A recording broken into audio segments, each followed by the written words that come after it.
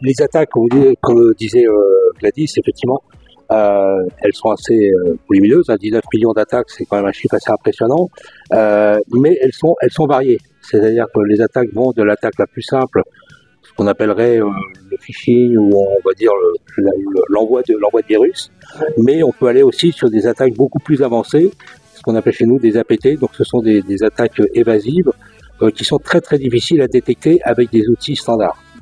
D'accord. Alors maintenant, si on regarde un peu le profil des entreprises, parce que moi je ne gère que les entreprises qui sont touchées aujourd'hui, il n'y a pas, on va dire, de prédilection. D'accord. Tout le monde, au même niveau, est touché par les attaques cyber. Maintenant, les attaques avancées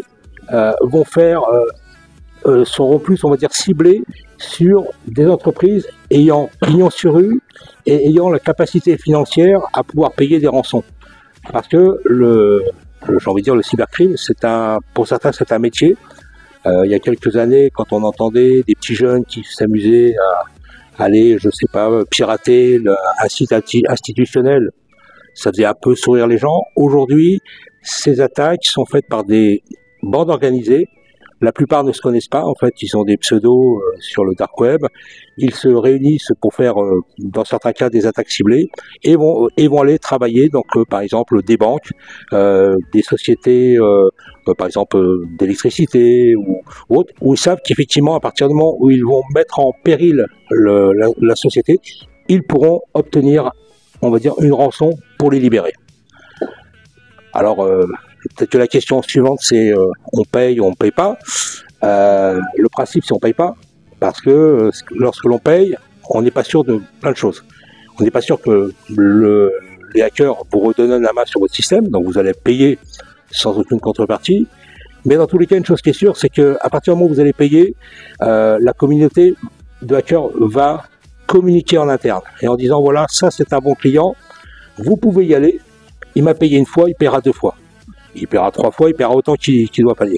Et en plus, souvent, ce que l'on ne sait pas, c'est que lorsque les hackers vous libèrent, on va dire, libèrent vos données, ils laissent dans votre système d'information des outils, on va dire, intraçables, qui permettront à un autre groupe de venir vous attaquer. Et ça, de façon beaucoup plus facile. Donc, oui, le leitmotiv, c'est on ne paye pas. Maintenant, certains le font, à leur risque et péril. Je ne peux pas vous le dire parce que généralement c'est secret.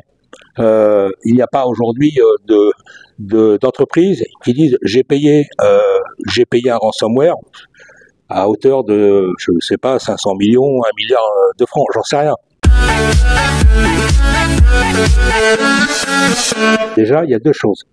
La première, si vous voulez élever votre niveau de sécurité, elle est très simple. Il faut déjà sensibiliser votre personnel.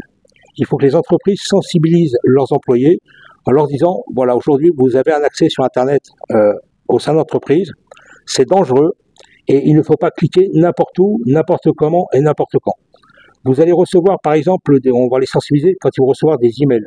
Sur des emails, il peut y avoir des pièces jointes. Si une pièce jointe, on va dire, provient d'un expéditeur que vous ne connaissez pas, par défaut, vous ne l'ouvrez pas. Si vous avez un doute, vous l'envoyez à votre direction informatique qui va faire les investigations, regarder s'il y a éventuellement dans la pièce jointe un virus qui soit dedans et vous donnera effectivement l'autorisation de l'ouvrir.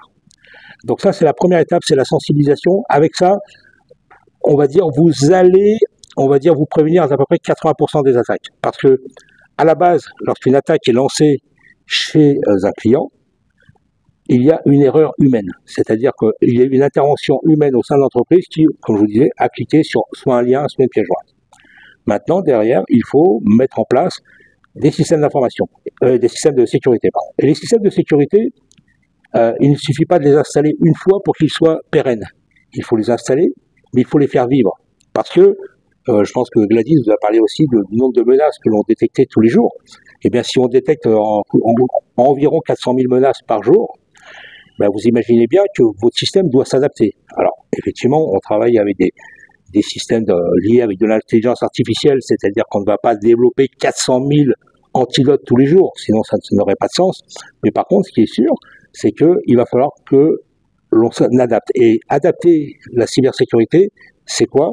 C'est mettre à jour l'ensemble des composants de votre réseau, c'est-à-dire les systèmes d'exploitation des serveurs, les systèmes d'exploitation des PC, les logiciels, et puis bien sûr forcément tout ce qui est sécurité, donc les solutions Kaspersky, mais également les solutions, on va dire périphériques, qu'on appelle périphériques, ce sont généralement les firewalls et autres produits.